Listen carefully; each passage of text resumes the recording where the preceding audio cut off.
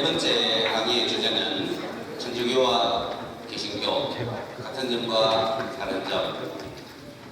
우리 천주교 신자들은 만날 개신교 신자들한테 아끼고 다닙니다. 맨날 아낀다는 말은 그죠? 자꾸 이제 이렇게 좀 통역 좀. 그래서 천주교와 개신교가 어떤 점이 같고 어떤 점이 다른 점을 잘 정리해 놓으면 개신교 신자들을 만나도 이제 잘 설명해 줄 수가 있고 서로의 같은 점과 차이점을 우리가 잘 해줄 수 있습니다. 예수님을 구세주로 믿는 사람들, 그리스도인이라고 합니다. 예수님을 구세주로 믿는 사람을 그리스도인, 예수님을 구세주로 믿는 종교를 그리스도교라고 합니다. 이 그리스도교는 한문으로 쓰면 기독교. 근데 기독교는 개신교에서 쓰는 용어인데 우리 가톨릭도 사실 기독교입니다. 이 기독교 안에는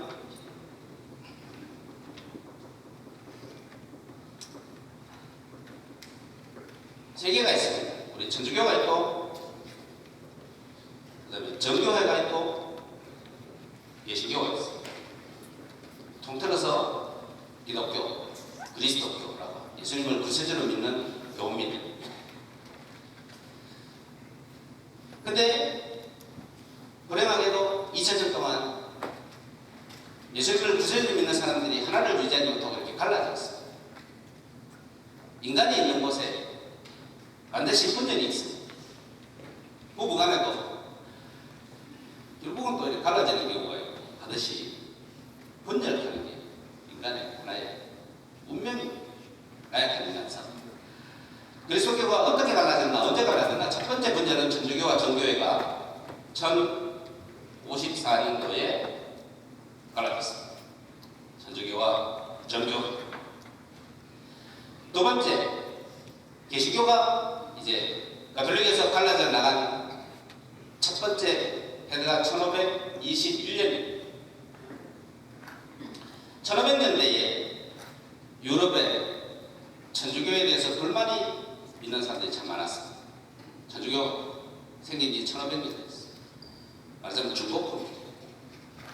개인이나 단체나 초심을 유지하기가 어렵습니다. 그래서 개인은 거듭 스스로 피정, 정화, 단체도 거듭 개혁을 통해서 순수한 초심을 유지해야, 교회도 마찬가지. 그래서 우리나라도 초심을 유지하자고 소주도 처음처럼 그러는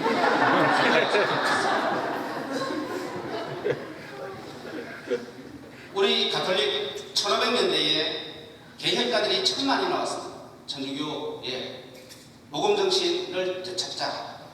예를 들면 울술라 수도원을 세운 안젤라 메디치, 또 깔멜 수도회를 개혁한 대데레사 성녀, 또 이런 분들, 십자가의 성녀, 가난한 사람들을 도운 빈첸시오와 파울로, 다 당대의 사람들입니다.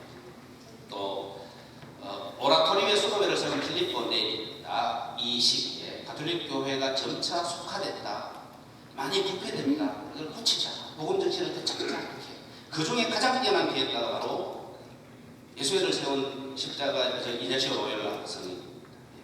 1534년 예수회를 설립한 마르틴 루터, 아우스틴 수도회의 수사신부였습니다. 역시 교회가 개혁되어야 된다라고 생각했지만 불행하게도 루터는 다른 개혁가들처럼 교회 내에서 개혁하지 못하고 아예 천주교를 버리고 자기 교회를 탁 세운 것이 바로 1521년 영웅시민이죠. 새로운 교회를 세운다고 1500년 동안을 다 부정하고 새로운 교회를 세운다고 이게 순수하냐? 또 속화되잖아. 그치? 문제는 인간이야. 그래서 교회를 아예 부정하고 새로운 교회를 세운 것이 인류로 보면 최초의 한으로 남는 분열이 되었습니다. 1521년 마르틴 루터가 독일에서 루터교를 시작했습니다.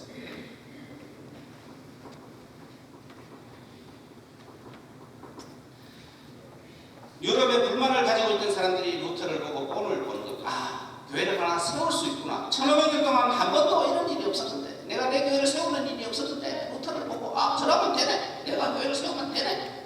역시 요한 칼빈이라는 프랑스 사람, 이탈리 스위스 제네바에 와가지고 교회를 세웠어요. 1536년 이게 장로교 요한 칼빈, 영국의 헨리 8세 왕이 루터의 뻔을 보고 나도 교회를 세울래.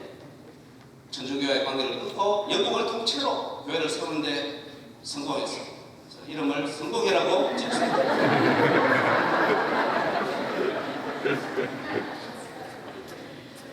성공회에서 즉시 또 서로 간에 또 다투고 분열이다. 또 성공회에서 즉시 감리교가 갈라집니다.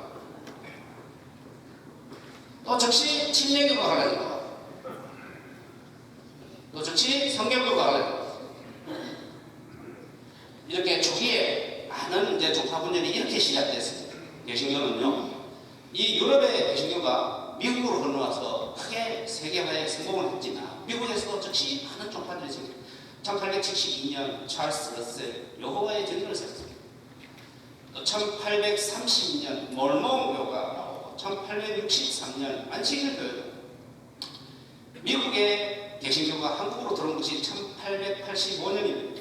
장로교 언더우드 선교사, 감리교의 아펜젤러 선교사 두 분이 1885년에 한국에 들어와서 제일 먼저 한 것이 병원을 세우고 학교를 세웠습니다. 병원, 대중원, 우리나라 최초의 서양식 병원입니다.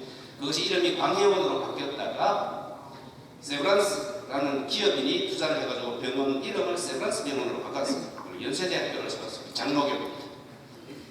또 감리교에서 세운 대학이 이화여대, 이 서양의 아주 발달된 학교 병원을 세우니까 전부 수재들이고요. 그래서 자연스럽게 선교에 성공을 하게 되었고, 개신교는 아주 영리의 선교예요. 가서 병원 세우고 학교 세우고, 천주교는 그냥 선교하고 우직해 한 믿어 보이소 좋은 기술이다 때리면 맞고 막 죽이면 죽고, 천주교는 이래. 개신교는 아주 그죠 영리해. 이래가 봐 한국의 개신교가 급속도로 성장을 했습니다. 근데 개신교도 또 많이 한국에서 또 분파가 돼요. 1954년 문선명 통일교가 있습니다. 1960년 박태산 장로에 의해서 신앙촌이 있습니다. 뭐 영생교단 뭐 이래가지고 전 세계 약 500개의 종파로 분열된 것이 지금 개신교의 현황입니다. 자기 교회죠. 저도 하나 수 틀리면 하나 세가 강제 유신분도 충렬교 지금 잘 모시세요. 수 틀릴 수 있어요. 우리 여러분들 속사고 관 어디가 없애고 충렬교라고 반발했어요. 전제가 계신 것 같은 점 5가지가 제일 핵심 같은 점. 첫째, 하느님에 대한 신앙, 하느님을 믿는 신앙 똑같습니다. 천주교나 개신교나. 하느님을 인간의 언어로 표현하기 어렵기 때문에 2가지로 표현합니다. 첫째, 전능하신 분, 하느님은 모든 능력을 갖고 계십니다. 2번째, 천지를 창조하십니다. 그래서 사도신경에 전능하신 천지의 창조주를 저는 믿나이다. 전능과 창조주, 이 하느님을 인간의 언어로 표현합니다. 문제는 하느님에 대한 명칭이 좀 달라. 우리 천주교는 하느님이라고 부르는데 개신교는 하나님이라고 부른다. 왜 그런 거 하니 이렇습니다. 서양의 용어들이 중국어로 이제 들어오면서 한문으로 이렇게 바뀝니다. 그래서 신, 갓, 이게 천주로 바뀌. 하늘의 주인, 가톨릭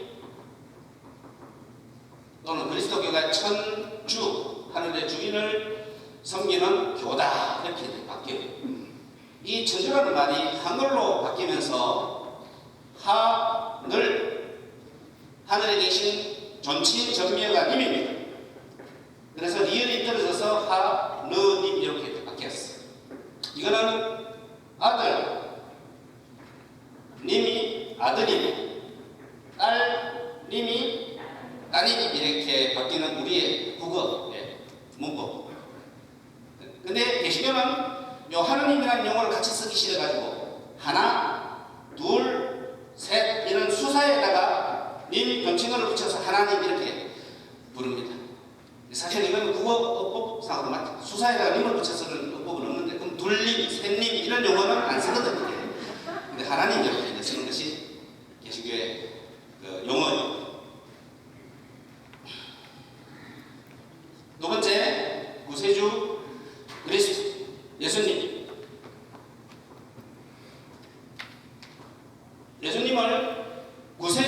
있는 것은 똑같습니다. 예수님이 우리의 구세주다.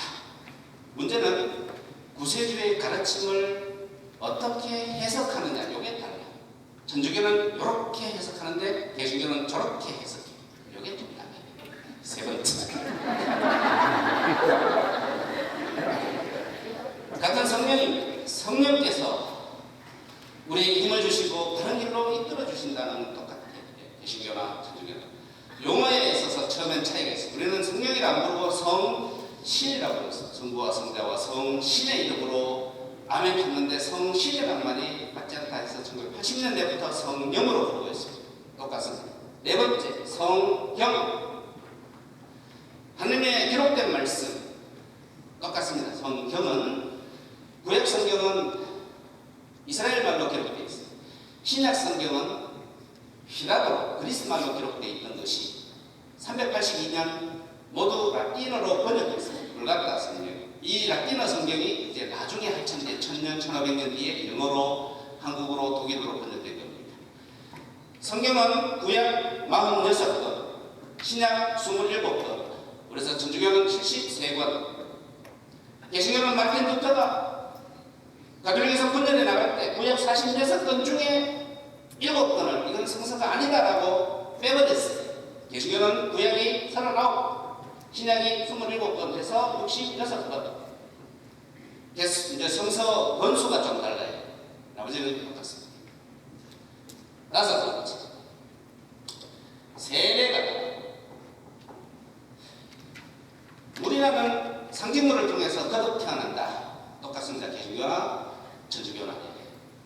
다만 천주교는 이런 예식에 전통적으로 많은 대부가 정해지고 세례명이 주어지고 촛불, 흰옷 예식, 기름 바르는 예식이 추가적으로 이렇게 세례 예식이 풍성해졌습니다. 그러나 핵심은 물을 붓는 예식입니다. 요 물을 붓는 예식. 그래서 유럽에서는 개신교에서 세례를 받고 천주교로 개종하면은 물을 붓는 예식을 빼고 나머지를 추가적으로 해줍니다. 이걸 모래라고 합니다. 근데 한국에서는 개신교 신자가 천주교로 개종을 하면 아예 처음부터 새로 다시 물 붓는 예식부터 새로 다시. 이 개신교가 하도 종류도 많고 하기 때문에 과연 이 물을 붓는 예식의 유효성을 인정할 수가 없어서 처음부터 새로 다시 합니다. 그러나 세례 의미는 똑같습니다. 이게 같은 점 5가지의 핵심입니다. 이제 다른 점을 하나하나 살펴보겠습니다.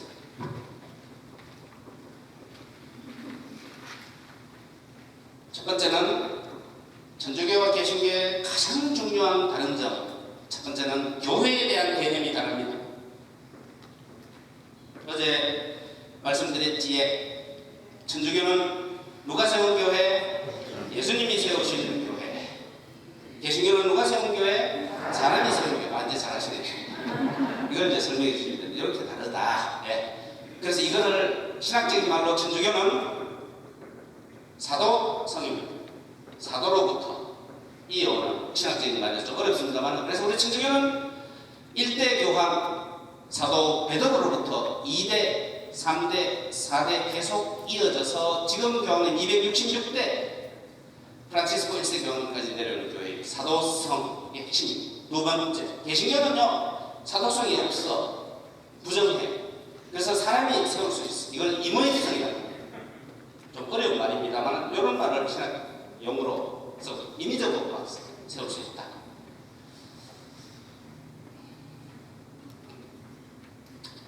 두 번째 다른 점은 계시. 계시는 일반 교우들한테는 좀 어려운 말이지만 신학교에서는 이걸 한 학기 동안 배우는 과목입니다. 계시록이라는 과목으로요. 자, 하느님과 인간이 서로 통교를 하려면 하나님께서 당신 뜻을 인간에게 보여줘야 돼요. 계시, 10개자 열어서 보여준다. 보일시.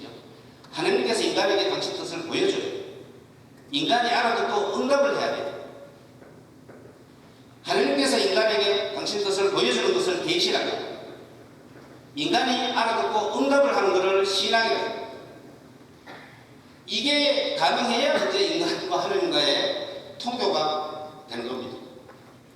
이렇게 계시, 하나님의 뜻을 인간이 어떻게 들을 수 있나? 천주교와 개신교가 다릅니다. 천주교는 우선 전통과 성경에 의해서 알아들을 수 있다. 두 가지를 얘기합니다. 하나님의 뜻을 인간이 전통과 성경으로 알아들을 수 있다. 개신교는 오직 성경만이다. 성경으로 알아들을 수 있다. 자, 전통이 뭐냐? 예수님께서 성천하시고 사도들이 복음을 전할 때는 구약 성경 46권만 있었습니다. 신약 성경은 아직 없었어요. 이제 사도들은 예수님의 말씀을 전해 이제 입으로 전해지고 생활로서 실천되던 하나님 말씀, 이것을 전통이라고 합니다. 입과 생활로서 입으로 전해지고 생활로 실천되던 하나님 말씀, 이 가운데서 기록된 하나님 말씀을 성경이라고 합니다. 성경이 형성되는 과정이 이렇습니다. 사람들이 모여서 예수님의 그런 행적을 이야기합니다. 야, 예수님 정말 대단하더라. 몇 년 전에 우리 동네 왔을 때 안전뱅이 확 안 고치고, 야, 근데 너무 기분 좋아가 내 다음 말이 안 잡았다. 그러니까 막, 이 사람아, 그까 뭐카나 지난 몇 년 전에 저 아래 동네 오면서 죽은 사람 확 안 소리된다. 그때 우리 집에 소 한 마리 안 잡았나? 하면서 가는데 예수님의 행적을 얘기합니다. 와, 맞다. 예수님 우리 보고 사랑을 했겠지. 그래. 잘난 척하지 말았겠지. 우리 그 실천하자. 이런 말들이 이제 자꾸 이제 퍼지는 거예요.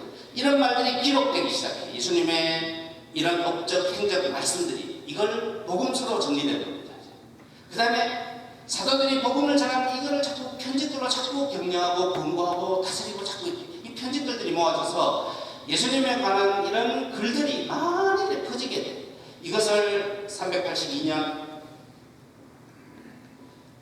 로마 교황청 다마소 교황님께서 예수님에 관한 많은 기록들을 갖다가 이것을 성경으로 확정할 필요가 있다.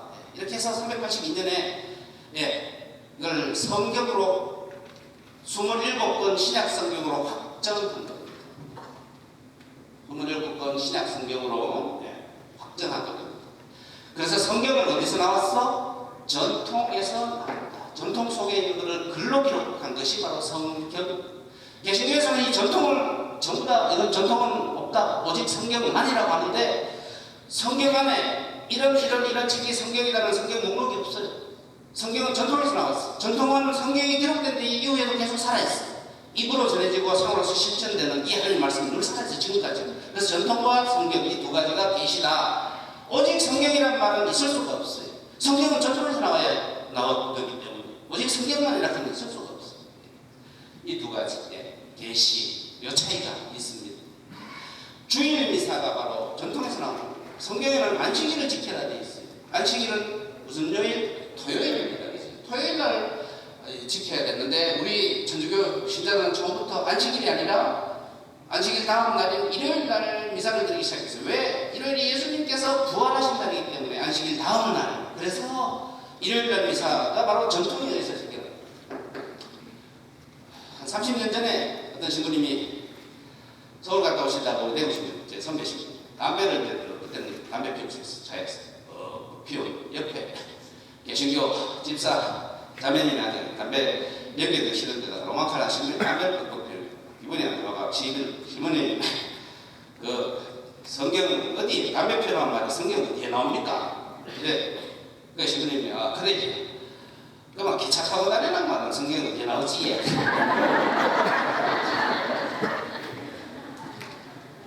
오직 성경만이라는 마틴 루터의 그런 확실 오직 성경만이라는 것은 잘못된 반드시 전통과 성경이 함께 가야 되고 이 두 가지는 인간의 하나님의 말씀을 알아들을 수 있는 두 통로. 세 번째,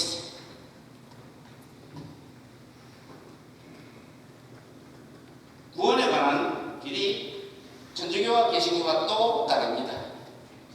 개신교는 뭘로만? 믿음으로. 들어보셨지? 믿음으로만 구원된다. 천주교는 아니다. 믿음과 뭐가 있어야 돼? 실천이 있어야 된다. 이 두 가지가 큰 차이. 믿음으로써 구원된다는 이 개신교의 원칙은 마틴 루터에 의해서 나온 거예요. 루터는 그죠? 자기 수도회, 아우스틴 수도회의 그 탑 정탑방에 있는 독방에서 피정을 잡았습니다. 그 피정을 하면서 로마서 1장 17절, 로마서 4장 5절에 나오는 이 대목을 완전히 피 거기에 사람은 믿음으로 의화된다. 바오로가 로마인들에게 보낸 편지에서 믿음을 강조한 대목입니다. 믿음으로써 의롭게 된다, 의화된다, 구원된다 요 말요. 요 말을 구원의 전부로 확신했습니다. 그 이후로 개신교는 믿음으로 구원된다 이걸 믿음의 일로 확신했던 겁니다. 천주교는 그렇지 않습니다. 아니다. 천주교는 예수님의 많은 가르침 중에 핵심 설교가 산상설교예요. 마태복음 5장에서 7장 3개 장에 나옵니다. 거기에 많은 구원에 관한 많은 가르침이 나옵니다. 그 모든 가르침을 요약하는 가르침이 마태복음 7장 21절입니다. 나에게 주님 주님 한다고 모두 하늘나라에 들어가는 것이 아니다. 하늘에 계신 내 아버지의 뜻을 실행하는 일하여 들어간다. 실천하는 일하여 들어간다. 여기 분명히 나옵니다. 그래서 믿음만 있어서는 안 된다. 실천이 없는 믿음은 소용없다. 반드시 실천을 하겠다. 여기 마태복음 7장 21절에 아주 분명하게 나오고요. 바오로 사도도 서강문에서 기회될 때마다 믿음과 실천을 강조했어요. 마틴 루터는 실천이라는 대목은 안 보고 요 대목만 확 눈에 띕니다. 로마서 1장 17절 그리고 4장 5절 요 대목 믿음을 강조하는 대목만 실천을 강조하는 대목이 너무나 많이 나옵니다. 대표적인 고린토전서 13장 바로 사도는 실천을 강조했고 그 실천 가운데 가장 어떤 실천은 사랑이라고 했습니다. 나에게 산을 옮길 만한 믿음이 있더라도 사랑이 없으면 나는 아무것도 아닙니다. 나오잖아요. 믿음 있으면 산더미 같은 믿음 있으면 뭐해? 실천 없으면 아무것도 아니다. 이런 대목을 마틴 루터는 못 보고 그지? 실천이 없는 믿음은 아무것도 아니다. 이걸 못 보고 그냥 믿음만으로 본다. 이걸 그냥 부분을 전체로 확 이렇게 가르쳐줍니다. 야고보서에도 믿음의 실천이 강조되고 있습니다. 야고보서 2장 14절에서 24절 누가 믿음이 있다고 말하면서 실천이 없으면 무슨 소용이 있겠습니까? 믿음에 실천이 없으면 그런 믿음은 죽은 것입니다. 사람은 믿음으로만 구원되는 것이 아니라 실천으로서 구원됩니다. 야고보서 이런 말들을 왜 루터는 못 보고 그때 돋보기가 없었는지 왜 못 보고 로마서 1장 17절과 4장 5절 요 대목 사람은 믿음으로 의화됩니다. 요 대목 믿음을 강조하는 대목만 확 부각시켜서 믿음만으로 구원된다는 혈 일반화시키는 반드시 믿음과 실천 구원의 길입니다. 이 차이도 있습니다. 이런 차이들을 구별할 줄 알아야 돼요. 이런 대목을 모르기 때문에 만날 천주교 신자들이 닦이느니라 밀리느니라 개신교에서부터만 이제 믿음만으로 구원된다 로마서에 안 있나 하면 그게 아닌데 하여튼 아닌데 말도 못하고 그지 하여튼 아니다 하기는 하지만 알아야지 뭐를 그지요. 네 번째가 성사입니다. 성사도 이제 다릅니다. 성사는 어제 말씀드린 하늘과 인간의 만남. 성사. 우리만 남은 한 노래 있죠. 그게 바로 성사. 하늘과 우리가 만나는 게 있죠. 만남을 일정한 예식을 통한 만남. 이것이 성사예요. 개신교에는 세례 이외의 6가지, 우리의 유형적인 7가지 성사 중에 세례 이외의 6가지를 다 부정합니다. 다 내버렸어요. 마틴 루터는 다 내버렸어요. 자기도 신부였으면서도 다 필요 없다. 이렇게요. 우선 첫째 성체 성사.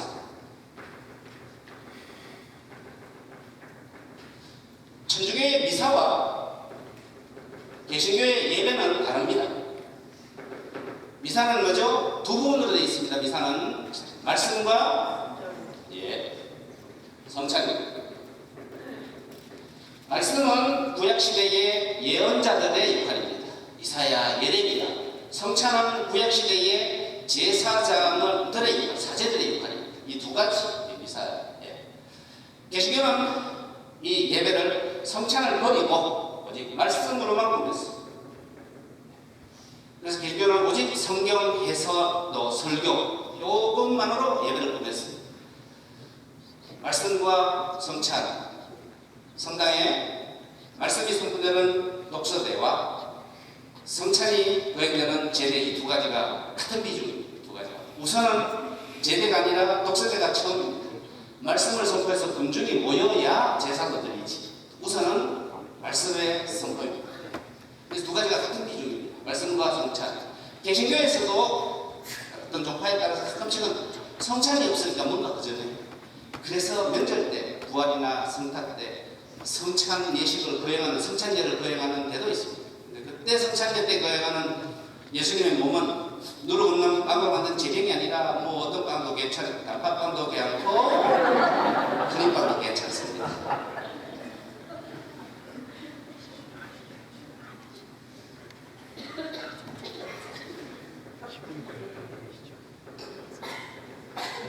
두 번째, 고해성사가 또 다릅니다. 개신교에서는 천주교의 고해성사를 이해하지 못합니다. 옛날에는 고백성사를 했는데 고백성사라고 하면 촌스럽습니다. 고해성사로 바뀌었습니다. 바뀐 거 빨리 따라잡아야 됩니다. 고해성사, 아직 고백성사 하는 사람은 좀 촌스러웠습니다. 고해성사.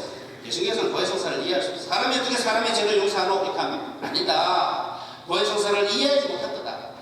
판사가 법정에서 죄인에게 사형을 선고하는 것은 판사가 사형을 선고하는 것은 권한이 있는 것이 아니다. 국가로부터 부여받은 사법권으로 실행하는 주체이기 때문에 사제가 죄인에게 용서를 하는 것은 사제가 무슨 힘이 있는 게 아니라 하나님부터 부여받은 사죄권을 행사하는 직무이기 때문에 그렇습니다. 예수님 말씀, 난 너희가 용서해주면 나도 용서할 것이고 너희가 용서해주지 않으면 나도 용서하지 않을 것이다.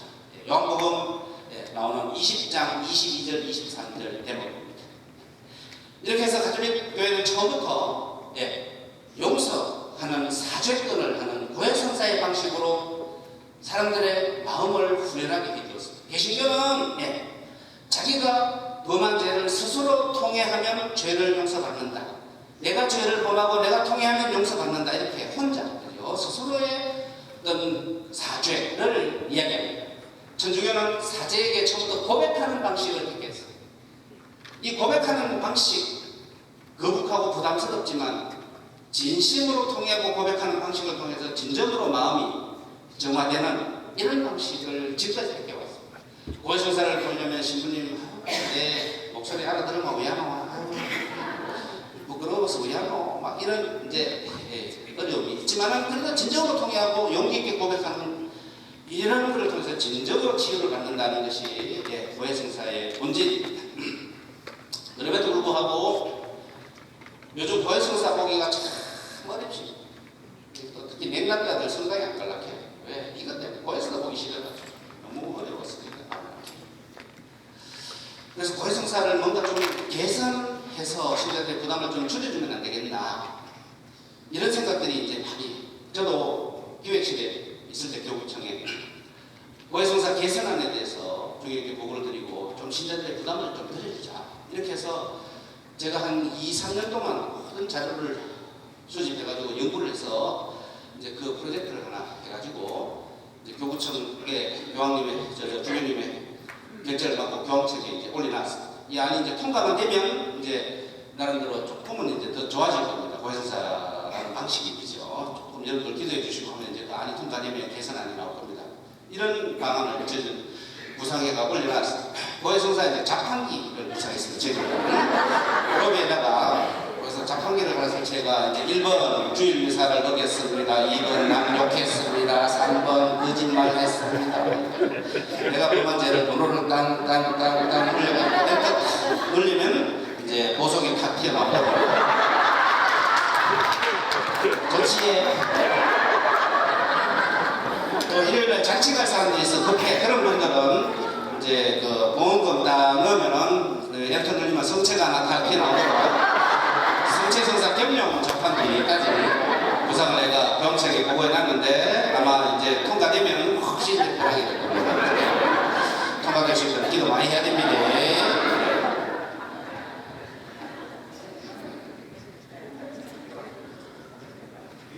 천주교는 결혼을 그죠? 하나님께서 맺어주신 것을 인간이 풀지 못한다. 이제 이 성경 구절에 따라서 특별한 경우가 아니면 이혼을 허락하지 않음으로써 본인의 신성함을 보존하고자 합니다. 오늘날 이혼이 늘어나는 세태, 한국 OECD 국가 중에서 거의 톱 수준 이혼율이요. 오늘날 뭐 황혼 이혼이다 뭐다 해가지고 이혼율이 너무 반턴이 막 이혼 이제 그래서 문제입니다. 이걸 이제 그래서 이제 가톨릭 교회는 아직까지 이혼을 하면 성사 생활에는 문제가 없어요. 재혼을 하면 이제 문제가 돼요. 조당이라 옛날 말로 이제 혼인장이라 하는데요. 재혼한 사람들이 다시 성사 생활 영성체 모시고 할 수 있으려면 그 전에 혼인을 해소를 해야 돼요. 어떻게 해소를 하나? 좀 불편하지만 교구청에 가서 서류를 제출하고 이렇게 해소하는 방법이 있습니다. 요즘은 한국에서 가능한 이혼하고 재혼한 분들한테 해소를 해서 신앙생활 할 수 있도록 가능한 한 그렇게 해주는 추세에 있습니다. 혹시 여기도 재혼한 분들 그죠? 이 혼인 해소를 해가지고 그 전에 혼인을 신앙생활을 자연스럽게 할 수 있도록 빨리 그렇게 조치를 해줘야 됩니다. 천주교는요. 예. 그래서 이제 재혼하신 분 또 세 번째 결혼하신 분들도 이제 자꾸 신앙생활 잘 할 수 있도록 빨리빨리 풀어줘야 되는데 천주교는 뭐든지 늦어 자꾸 늦어 이게 뭐 한참 이 풀리려고 하면 한 100년쯤 걸릴지도 몰라요. 근데 그럼 사람 다 죽어보는데 죽기 전에 얼른 좀 풀어줘야 되는데 우리 천주교가 뭔가 늦어 항상 늘 뒷북치는 게 문제입니다. 그죠? 인생사 이것도요. 그래서 이제 이렇게 뭐 사람이 살다 보면 다시 결혼할 수도 있고 또 어떻게 또 이후로 또 이렇게 할 수도 있습니다. 이런 분들 예수님 다 끌어안으셨잖아요. 그치? 이런 예수님의 마음을 우리도 교회도 지금 받아들이고 실천해야 됩니다. 이제 개신교는 혼인을 사회적인 계약으로 보기 때문에 이혼도 가능하고 재혼도 가능하고 개신교는 그러니 재혼한 사람들이 자꾸 개신교로 넘어가는 게 아니에요. 이런 걸 빨리 우리도 천주교도 좀 해결하는 이것도 제가 개선안을 한번 다시 연구를 해봐야 되겠습니다. 고해성사의 개선안처럼. 네 번째 신품 상사입니다. 천주교의 신부와 개신교의 목사님은 그 직무가 본질적으로 다릅니다. 천주교 신부는 서품을 받음으로써 사제직이라는 직무를 받습니다. 사제직. 아까 말씀드린 대로 바로 예언자직과 과거 구약시대의 사제, 제사장, 사제의 역할을 받습니다. 이 두 가지 직무를요. 그래서 예언자는 말씀을 전하는 이사야, 예레미야 예언자처럼 그 다음에 사제직, 제사를 거행하는 제사장으로서의 직무 이 두 가지 이것이 사제직의 골자예요. 근데 개신교 목사님은 이런 직무를 받는 것이 아니라 하느님 말씀을 전하는 봉사자 이것이 개신교 목사님의 직무입니다. 그래서 이제 이 천주교 신부와 개신교 목사님의 직무는 다르다. 천주교 신부는 또 겉으로 보기에 독신 생활을 하지만 목사님들은 독신 생활을 하지 않는다. 이것도 약간의 이제 겉으로 보이는 본질적인 차이는 아니지만 어떤 생활 방식의 차이죠. 천주교 신부도 처음에는 이제 결혼을 다 할 수 있었는데, 결혼을 할 수 있었는데, 천주교 신부도요, 결혼을 할 수 있었는데, 언제까지? 이게 바뀌었어. 결혼을 하다가 전부 다 독신이야. 이게 바뀌었어요. 언제? 1139년. 이때 제2차 라테란 공의회에서 모든 천주교 신부는 독신이어야 한다 이렇게 바뀌었어요. 그때는 결혼한 신부들도 많았어요. 1139년이 천주교 신부들한테 운명의 한 해가 되었습니다. 그때 결혼을 선택할 수 있어요. 결혼할 수도 있고 독신 생활할 수도 있고. 이러다가 1139년부터 모두 독신 그때 결혼한 신부 누구냐? 그 공의회 문헌이 반포되는 순간에 결혼한 신부는 아내를 다 내보내라 이렇게 결정해서 그 당시에 정말 강제적으로 이렇게 확 실행했던 그 당시에 참 아주 비전했죠. 여자들의 운명에 대해서 별로 생각 안 하고 확 실행했던 겁니다. 때를 잘 타고 났어야 되는데 그렇지? 이때부터 천주교 신부들은 독신을 개신교 목사님들은 전부터 이 마틴 루터도 신부였음에도 불구하고 41살 때 25살 젊은 수녀님 카타리나 수녀와 결혼해가지고 41살 때 25 젊은 세력을 얻어가지고 6만 배를 낳았습니다. 루터는 참 또 초자고 또 많습니다.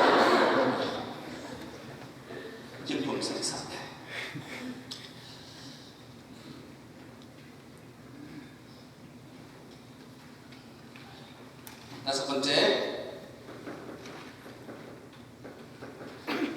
성모 마리아에 대한 이해도 많이 다르다. 이제 실질적으로는 이것을 많이 이제 시비 걸죠.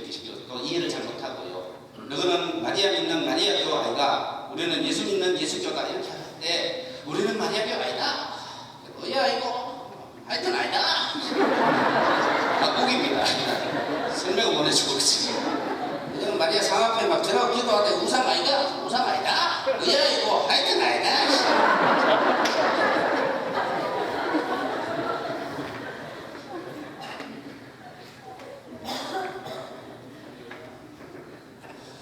이 성모라는 호칭, 거룩한 어머니라는 호칭도 개신교에는 쓰지 않습니다. 네, 마리아에 대해서. 그러면서 자기 신자들한테는 뭐렇게? 성도님이라고 합니다. 신자들은 거룩한 신도들이라고 하지. 성도님께 성모 마리아가 성모 마리아가 마리아가 그 마리아가 성모 마리아가 신자들보다 못하단 말이가 그지. 이게 거룩한 성자를 붙인다는 개념은 예수님이나 순교자들 손뼉이 서린 곳을 우리는 다른 곳과 구별해서 성자를 붙여서 성지, 또 거룩하고 모범된 삶을 사신 분들을 다른 보통 사람들과 구별해서 거룩한 사람, 성인이라는 영예로운 칭호를 붙여드립니다. 이렇게 장소나 사람들에게 다른 보통과 구별해서 특별한 의미로 성자를 붙여 쓰는 이런 우리의 삶에서 예수님을 낳고 예수님을 위해서 한평생 살아가는 마리아 어머니를 위해서 성모님이라고 부르지 못할 이유가 어디 있노? 성지도, 성인, 김대건 성인, 인간 성인도 이라고 부르는데 그지? 성모 마리아를 성모님이라고 부르지 못할 이유가 없다. 이렇게 이제 이해하시면 되겠습니다. 두 번째, 마리아에 대한 기도입니다. 성모송과 묵주기도. 성모님께 바치는 기도문, 성모송. 이것을 개신교 신자들이 이해를 못합니다. 성모송, 이 아베 마리아라는 성모송을 라틴말로 하면 아베 마리아입니다. 그러면서 개신교 신자들은 성모송을 안 바치면서도 아베 마리아 노래는 열심히 부르고 또 연주도 많이 합니다. 부노의 아베 마리아, 슈베르트의 아베 마리아. 그러니까 아베 마리아가 성모송을 작곡한 음악이거든요. 알게 모르게 개신교 신자들 성모송 많이 바치니까. 바이올린을 연주하면서도 바치고 피아노도 치면서 바치는 거지. 성모송의 핵심은 우리를 위하여 빌어주소서. 요 대목입니다. 성모송은 세 구절로 되어 있죠. 은총이 가득하신 마리아님 기뻐하소서. 이 말은 천사 가브리엘이 처녀 마리아를 방문해서 인사한 말입니다. 그대로 따왔어. 두 번째 소절, 주님께서 함께 계시니 연중에 복되시며 태중에 아들 예수님과 함께 복되시나. 이 말은 엘리사벳이 마리아를 방문해서 했던 말입니다. 요 두 말. 그리고 세 번째 구절의 핵심이라 초대교회 신자들이 성모님께 붙였던 기도문이 천주의 성모 마리아님 이제와 저희 죽을 때 저희 죄인을 위하여 빌어주소서. 죄를 용서할 수는 없습니다. 마리아는 인간입니다. 인간 중에 대표 인간입니다. 마리아는 신이 아니야. 신만이 용서해 줄 수 있어. 예수님만이 용서해 줄 수 있어. 그래서 우리는 마리아께 죄를 용서해 주소서라고 기도해서는 안 됩니다. 우리를 위하여 빌어주소서. 인간이기 때문에. 이렇게 초대교회 때부터 성모님께 기도하는 게 이제 생겨났는데, 사실 사람들은 살다 보면 도움이 필요할 때 서로 도움을 주고 왔습니다. 내 급할 때 돈 100달러만 빌려줄 수 있습니다. 이런 물질적인 도움 말고도 정신적으로도 우리 어머니가 교통사고가 났는데 기도해도 정신적으로 도움을 주고받을 수 있어요. 이렇게 도움을 주고받으면서 사는 게 인간입니다. 이런 도움은 산자들과의 도움뿐만 아니라 산자와 죽은 자들의 도움까지 서로 주고받는 것을 믿어주신 초대교회 신자들, 이걸 통공이라고 옛날 표현으로 그렇게 얘기해요. 통공이라고. 그래서 살아있는 사람이 죽은 사람을 위해서 기도해요. 돌아가신 부모님을 위해서. 또 하늘에 계신 성인들이 우리를 위해서 또 기도해 줄 수 있어. 이렇게 통공, 이것이 초대교회 때부터의 신앙이에요. 그래서 하늘에 계신 성모 마리아께 기도하고, 베드로께도 기도하고, 바오로께도 기도하고, 김대건 성인께도 기도하고, 성모님께도 성모님 저희를 위하여 빌어주소서. 성모님 제발 저를 위해서 빌어주소서. 성모님 산책만 하지 마시고 설거지만 하지 마시고 우리를 위해서 빌어주소서. 초대교회 때부터 이렇게 해서 성모성이 생겨난 겁니다. 이런 기도문들이 다시 또 정제돼가 묵주기도가 생겨나고 성모님께 다양한 기도문이 생겨나게 되었던 것입니다. 마르틴 루터 죽기까지 묵주기도 바쳤어요. 죽기까지 자기 그 침실에 성모성을 놓고 기도했어요. 루터는. 그러나 루터 이후에 개신교 신자들은 점차 성모 마리아를 멀리하면서 성모에게 기도하지 않게 되었던 것입니다. 세 번째, 성상입니다.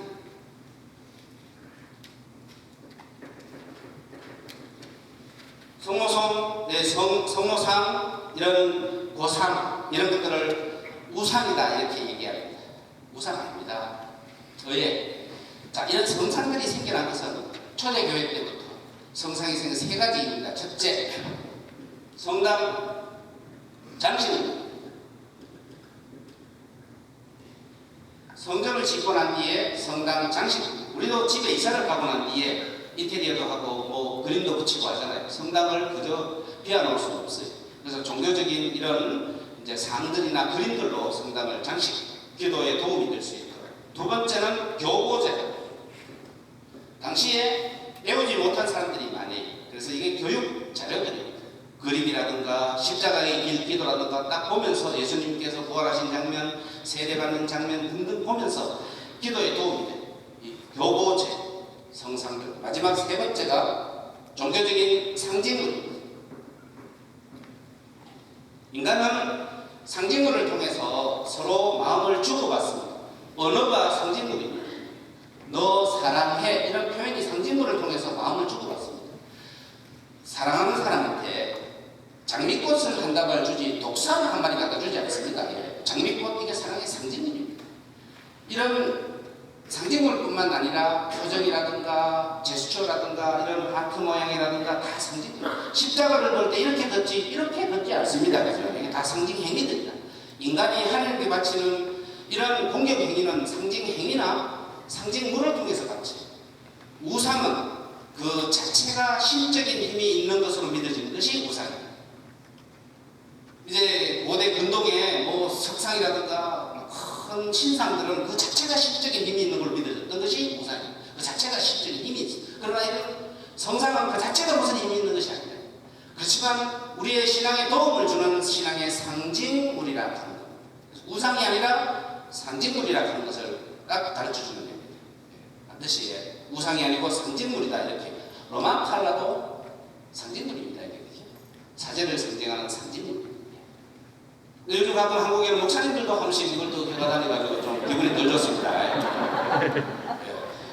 몇 년 전에 아침에 교구청에 막 가는데 신호등에 차가 이제 신호 그 옆에 이제 공고차에 로만 칼날 까만 양복에 저는 신부인 줄 알고 반가워가지고 창문 내리고 막 인사하고 또 보니까 제일 중앙교회 가르쳐 있어요. 앉아서 장로회. 에이 아침부터 말이야.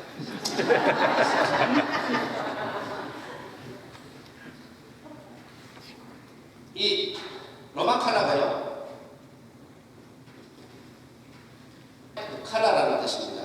전 세계 사제들의 사제복, 사제를 상징하는 복장이죠.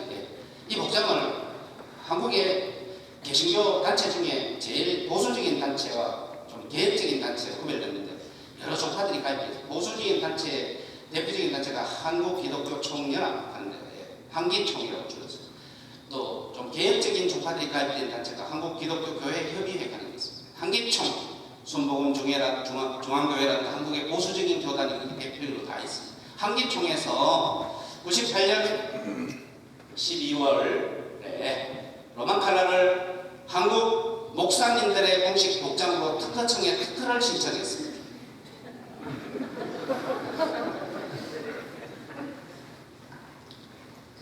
(99년 5월달에) 특허가 허가가 났습니다.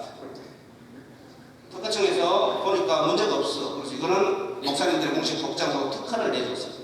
큰일 나는 일이에요. 특허가 되면 이거를 사용할 수가 없어. 만약 사용하면 사용료를 내야 돼. 이제 천주교 신부들이 이제 이거 사용료를 내야 될 판이라 난리가 났습니다. 네, 우리 한국 천주교 중앙교회 주교님들이 큰일 납니다. 이거는 뭐 법적으로 이게 되는 문제이기 때문에 이거는 뭐 야 그게 아니다 막 이래 말로 가지고 될 문제가 아니라 이제 그거 큰일 납니다. 그래가지고 이제 99년 7월달에 특허청에 전주교에서 이의를 신청했어요. 실제로 있었던 아주 법적인 치열한 공방입니다. 이게 이거 말도 아니다. 온 세계 전주교 공장이 복장이고 전 수백 년 내려오는 건데 무슨 소리냐 막 이렇게 이해를 하니까 특허청에서 그래 맞다 해가지고 2000년 4월달에 특허가 취소가 됐습니다. 이런 법리적인 아주 치열한 논쟁이 있었습니다. 까딱하면 뺏길 뻔했습니다. 그런데 개신교 한기총에서 이거를 받아들이지 않고 법원에다가 항소를 했습니다. 이제 특허청 너가하고는 상대 안 해요. 법원에다가 이 특허청의 결정이 잘못됐다. 이유 이제 말하자면 이것이 우리 국정부 맞다라고 이렇게 항소를 했습니다. 개신교에서 이게 이제 법원으로 넘어간 겁니다. 이게 법원에서 이게 특허청 결정이 잘못됐다 하면 이제 확정되는 겁니다. 이제 이게 목사님들의 복장으로. 그래가지고 이제 2001년 12월에 최종 법원에서 이제 판정이 났어요. 개신교에 이런 항소는 이유 없다 이렇게요. 이제 개신교 이제 이야기 주장은 안 맞다 이렇게 최종 결정이 난 겁니다. 2001년 12월입니다. 그때서야 비로소 개신교의 로마칼라 법정 분쟁이 끝났던 겁니다. 그래서 우리 한국천주교 주교회에서 이제 신부들이 이제 이거 그냥 해서 안 돼. 우리가 특허청에 등록 안 해놓으면 또 이제 해가 천주교에서 얼른 특허청에 등록해가 등록을 받아놔십니다. 이제 천주교 신부들의 국익 독장으로요 이게. 이 로마칼라가 의미하는 게 두 가지입니다. 첫째 교황님께 대한 순명, 둘째 독신입니다. 이 로마칼라가 의미하는 얘기죠. 목사님들은 독신도 아니고 교황님께 순명도 안 하잖아. 근데 왜 이 칼을 하고 다녀? 아니 요즘 한국의 디자인이 얼마나 좋은데 목사님들의 혹시 복장 디자인 해가 다니는 것도 아니야 그죠? 뭐 어디 끼를 하나 두든가 어디 완장을 하나 찾든가 그죠?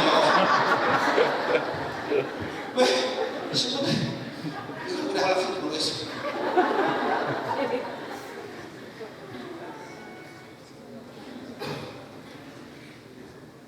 성모상 이야기가 나왔으니까 그런데 1989년도에 성모상에 관해서 이제 해프닝이 한 번 있었습니다.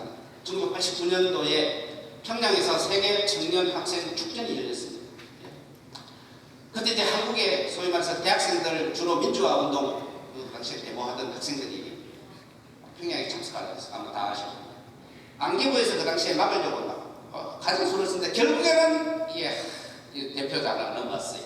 평양에 독일을 거쳐. 이 누구지요? 임수재가 본명이 또 수산다. 우리 천주교 신자냐.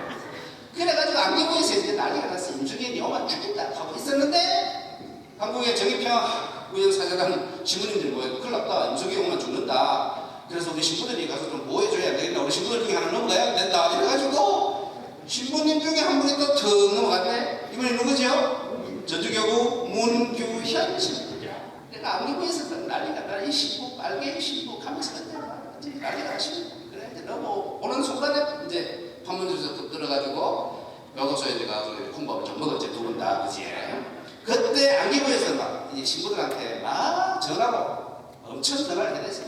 전화해가지고 막 전화 받으면 막 어느 풍경이나 쌍욕을 막 해댔어요. 그때 실제로 많은 신부들이 그 전화 안기부 새벽에 전화 받아가지고 막 욕을 막 해댔어요. 이 빨개 신부 새끼들 죄송합니다.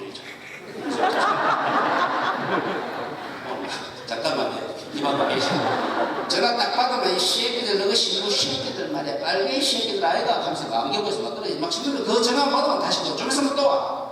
또 받으면 막 이 새끼들 신부 새끼들 빨개 새끼들 미국에 가라 이 새끼들 하고 막 북한에다 가라하고 막 그런 욕을 받으는 것이. 대구에 어떤 신부님 전화 딱 받아서 배짱 좋은 신부 막 전화 딱 새벽 2시에 받은 게 이 빨개 새끼들 너그 신부들 빨개 새끼들 아이가 이 신부님 맞받아서 뭐야 이 새끼야 빨개이다 이 새끼야. 저쪽에서 주춤해 신부 입에서 막 이런 쌍욕이 나오는 거야. 근데 막 기아 안 죽으려고 막 더 세게 막 이 새끼들 너그 성당에 성모상 치고 그딱 김일성 동상 갖다 놔라 이 새끼야.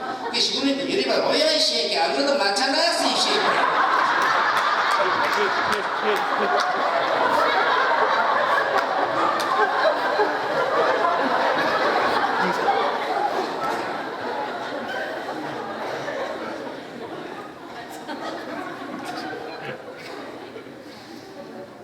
근데 그거 맞춰놨다 그러니까 언제 됐는지 아직도 안 맞춰놨습니다. 간단하게.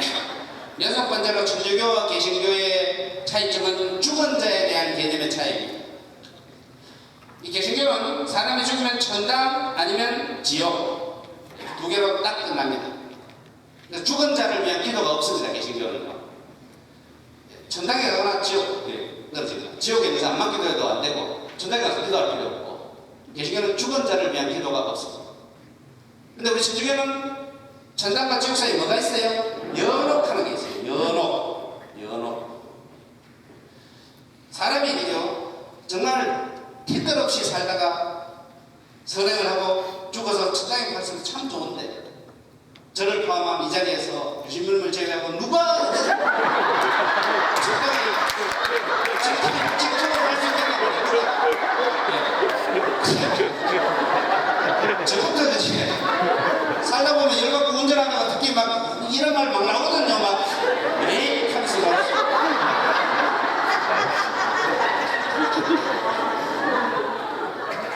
다 우리는 전부 다 그치 연옥에 가가지고 반성문 좀 쓰고 그치 목공체조 좀 하고 그래가 전당에 갑니다. 그죠? 이 연옥이라는 게 우리한테 얼마나 희망과 믿음을 줄지 모릅니다. 사실 천당에 직천당 할 사람이 누가 계십니까? 진짜로 다 연옥을 거쳐 정화의 상태를 거쳐간다. 요 차이로 천당 전부 다 가고 싶어 합니다. 제가 대구에 있었던 노인대학에서 강의를 할 때 할매들한테 여러분 할매들 천당 좋지에 간게 그래요. 전부 다 천당 가고 싶지에 간게 그래집니다. 그죠? 고달픈 세상 이제 벗어나서 천당 가고 싶지 그래요. 지금 가고 싶은 사람 손 들어 보였습니다.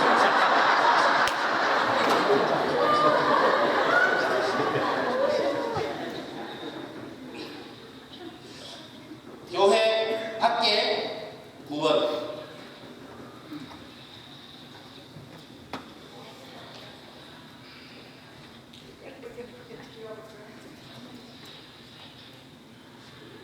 개신교는 많은 종파들이 자기 교회에서 세례받지 못하면 지옥 간다. 천주교도 1442년 플로렌스 공의회 때 천주교에서 세례받지 못하면 모두 다 지옥이다. 이렇게 선포한 이후로 천주교에 세례받으면 다 지옥 간다고 했어요. 근데 역사가 계속되면서 이게 정말이겠나? 자꾸 22세 그라마 이순신 장군도 지옥 갔겠나? 너무 억울하지 않나? 그때는 천주교도 몰랐고 그렇게 의롭게 사신 분들 세종대왕 뭐 이런 분들 지옥 갔겠나? 성철 스님 지옥 가서 이 목공체조 하려면 얼마나 힘들겠노? 이건 아니다. 이렇게 해서 천주교는 제2차 바티칸 공의회 때 바뀐 겁니다. 천주교에서 세례받지 못하더라도 선과 양심에 따라서 그죠? 의롭게 산 사람들은 하나님의 구원을 받을 수 있다. 이렇게 바뀐 겁니다. 그래서 천주교는 천주교에 세례받지 못한다고 모두 지옥 간다고 이렇게 얘기하지 않습니다. 그리고 하나님의 은총으로 그분들도 구원받을 수 있다. 이렇게 말이죠. 이순신 장군 뭐 어떤 분이라도 누구도 성철스님 다 구원 가능하다. 또 다른 종교를 이단이다 이렇게 이야기하고 이단이라는 말을 쓰지 않습니다. 타 종교에 대해서 타 종교라는 말을 쓰고요. 타 종교도 인류 구원의 협력자요 동반자다 이렇게 얘기합니다. 그래서 굉장히 2차 바티칸 공의회가 많은 글을 폭을 넓혀놨습니다. 하지만 개신교는 아직까지 우리 교회에 오지 않으면 지옥 간다 이런 아주 좀 좁은 그런 시각을 갖고 있습니다. 그리고 여덟 번째가 성인 공경. 개신교는 성인을 공경하지 않습니다. 성인하는 말을 쓰지 않습니다.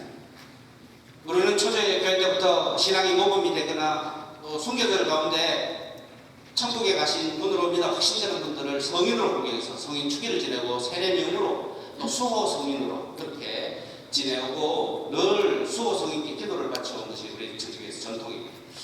이 8가지가 천주교와 개신교의 핵심적인 차이입니다. 이거 말고 좀 짝퉁이들, 좀 부차적인 차이들 몇 가지 있습니다. 첫째, 헌금입니다. 이 개신교는 헌금 많이 하는데 천주교는 헌금 조매만 합니다. 요 차이. 예.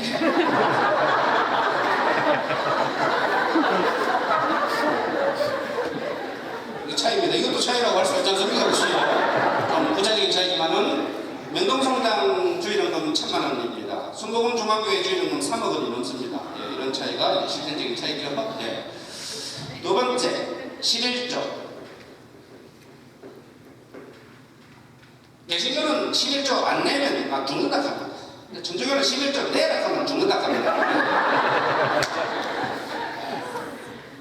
구약시대의 11조, 레위기 27장 30절, 모든 소출의 10분의 1은 하나님 몫이다. 이렇게 이런 구약의 계명으로부터 구약시대 사람들은 자기 소출의 10분의 1을 바쳤습니다. 예수님 시대 때 10분의 1을 바치라는 말씀은 없었지만 구약의 전통을 이어받아서 10분의 1씩 바쳐왔습니다. 그래서 초대교회 때부터 11조가 이제 시행이 됐는데 11조를 하다 보니 교회가 자꾸 부유해져.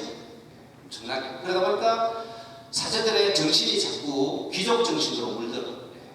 부유한 것 자꾸 복음 정신이 흐려지고 이러다 보니까 폐단이 많아. 자꾸 돈을 밝히고 등등. 이러다 보니까 여러 가지 부패한 것들이 많이 나. 이래서 천주교는 아예 11조를 없애고 하나님께 바친 헌금은 자발적인 정성으로 바치도록 그렇게 바뀌었습니다. 그래서 지금 자발적인 정성으로 교무금을 측정하고 보험금을 내고 자발적인 정성으로 헌금을 바치라고 하니 자발적으로 너무 적게 내는 게 이제 문제입니다. 개신교는 아직도 11조를 바칩니다. 11조뿐만 아니라 여러 헌금으로. 그래서 개신교는 굉장히 좀 넉넉해요. 재정이. 그러다 보니까 막 중국이나 몽고 이런 데 투자하고 막 병원 지어주고 꽃동네 같은 시설 지어주고 막 투자를 해. 군대에도 막 개신교 교회 가면 막 그죠? 치킨 주고 막 피자 주고 성당에 가면 초코파이 우유 주니까 전부 개신교 예배당으로 나버리니까 문제가 아니지. 이 개신교도 이 헌금 때문에 문제가 없는 건 아니지만 재정으로 막 온 세계에 선교사 보내고 막 이제 천주교는 재정이 부족하니까 뭐 이 유지하기도 헛헛거려 사실은. 이런 게 문제. 이것도 차이가 우리 대구 교구만 해도 1년 예산이 120억 원입니다. 순복음 중앙교회 1년 예산이 3천억 원이 넘습니다. 개신교 다니면 돈도 많이 드는데 왜 천주교 안 오는지 모르겠어요. 천주교는 이런 것보다 좀 잘못 찐 것 같아. 1,000원짜리만 낸다고 천주교인데 이러면 만주교로 바꾸든지 말이에요. 제 아는 신부님한테 이 1,000원짜리 자꾸 모금 낸다고 강원 때 최하 3,000원 내야 됩니다 여러분. 왜? 성부, 성자, 성령 저것으로 부여야지. 천가, 성부, 성자에서 은혜를 눌러.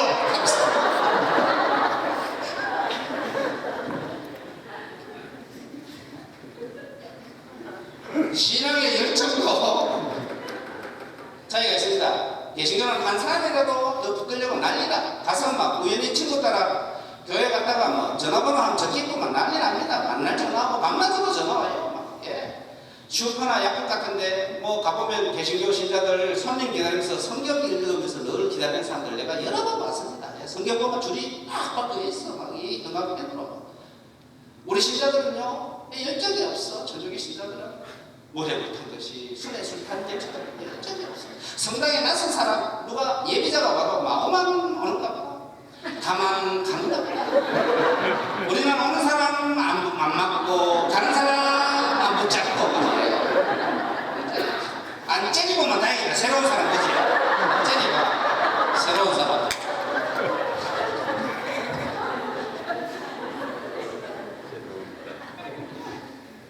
예, 성경 읽기, 성경도 성경이라고 이야기해. 성서라는 말하고 촌스럽습니다. 이제 바뀌었습니다. 성경으로. 천주교 신자들은 성경 안 읽습니다. 개신교 신자들은 성경 죽으라고 읽습니다. 이 차이입니다.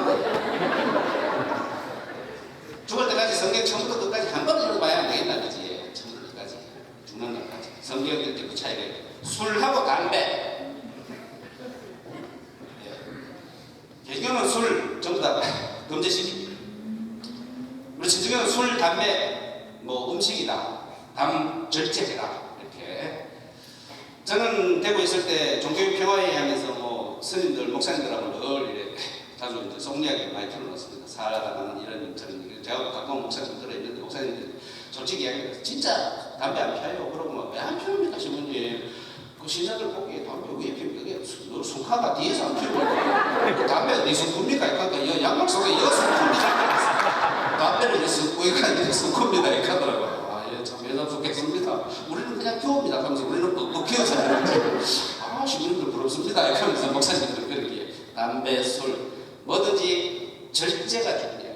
과식하면 안 되고 과음하면 안 돼. 담배도 절제해야 돼. 뭐든지 욕심도 과욕하면 안 되고 다 절제 문제라. 그죠? 음식도 과식하면 안 되고 뭐든지 절제라. 돈 욕심도 절제해야 되고 뭐든지 말하는 것도 절제해야 되고 절제를 늘 이렇게 생활해야 됩니다. 이게 제사 마지막으로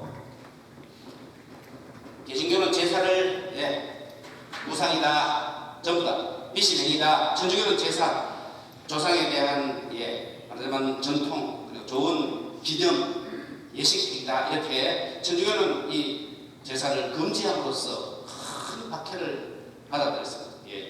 진산 사건 제사 금지 이제 이번에 10억씩 됩니다. 이제 권상년 여호보와 진산 사건 때 누구죠? 윤지충 그분 제사 그때 제사 금지됨으로써 제가 1796년인가 하여튼 그 당시에 제사 금지됨으로써 완전히 그냥 유교국가의 제사를 금지하니 완전히 이제 부모도 모르는 호로 자식들 오랑캐들이라 1794년 제사 금지가 풀린 게 1930년대입니다. 그때 경찰에서 제사는 개안다 이렇게 하는 게 벌써 130년 동안 죽을 사람 다 죽었는데 130년 뒤에 제사는 개안다 캐하고 늦어 우리 천주교는 만나는 거지. 제사는 조상을 공경하는 좋은 전통이지만 미신 행위는 버려라. 죽은 조상이 와서 음식을 먹고 간다 이런 게 미신이에요. 죽은 조상님은 하늘에 계셔. 음식을 드시고 하시는 게 아니야. 이런 미신적인 요소를 버리고 조상에 대한 또 그 가족 간에 대한 예를 이제 하는 것이 바로 제사 행위입니다. 우리 천주교와 개신교 안타깝게도 한 하느님을 모시고 한 예수님을 구세주로 믿으면서도 이렇게 갈라지는 현실. 개신교는 우리와 같은 그죠 말하자면 형제 자매 단 그죠 잠시 길을 좀 방식을 달리하는 형제 자매로 보고 개신교를 배척하거나 지역방거나 이런 험한 말을 해서는 안 됩니다. 이단 이런 말을 해서는 안 됩니다. 천주교 신자들은요 모든 사람을 쌓아놨던 예수님의 마음을 배야 돼요. 우리 천주교는 구원의 정도라는 이런 의식으로 이 지역에서 이제 복음을 전하고 또 복음을 실천하는 일, 생활하는 일, 아까 믿음과 실천 말씀드렸다시피 노력해 주시도록 감히 말씀드리고 어제부터 밤늦은 시간까지 귀한 시간 내주셔서 와주신 여러분 감사드리고요. 이번 사순절 은총 복된 시기가 되도록 했으면 좋겠습니다. 오늘 귀한 자리에 초대해 주신 우리 신부님께 감사드리고 제가 강의 때 신부님 자꾸 예를 들어 죄송합니다. 신부님 그래 우리 교우들 늘 복되고 이민 생활에서 오는 한 가지 어려움들 신앙으로 잘 이겨나가실 수 있도록 기도 좀 하겠습니다. 그래요. 하여튼 강의 도움이 좀 되었습니까? 네.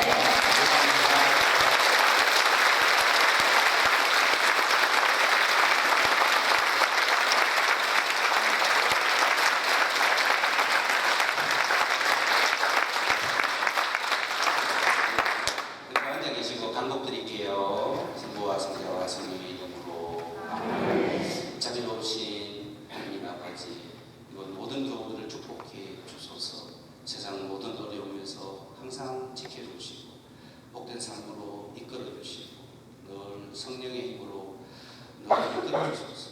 이 모든 우리 기도를 우리 주 예수 그리스도를 통하여 비나이다. 주께서 여러분과 함께 전하신 천주 성부와 성자와 성령께서는 저희 모두에게 반복하소서. 성부와 성자와 성령의 이름으로 아멘.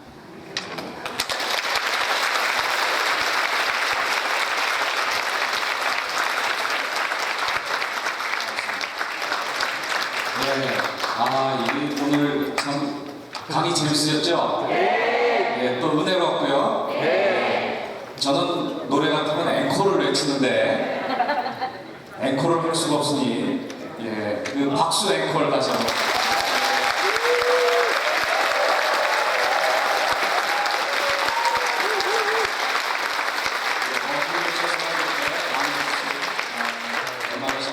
감사드리고